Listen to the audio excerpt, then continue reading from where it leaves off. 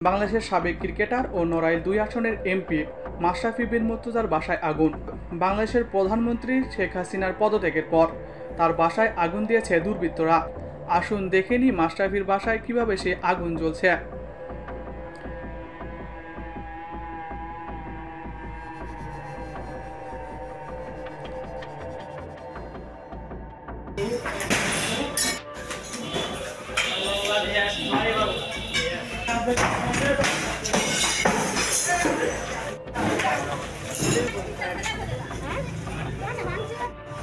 আমরা বাঙাল লোক না।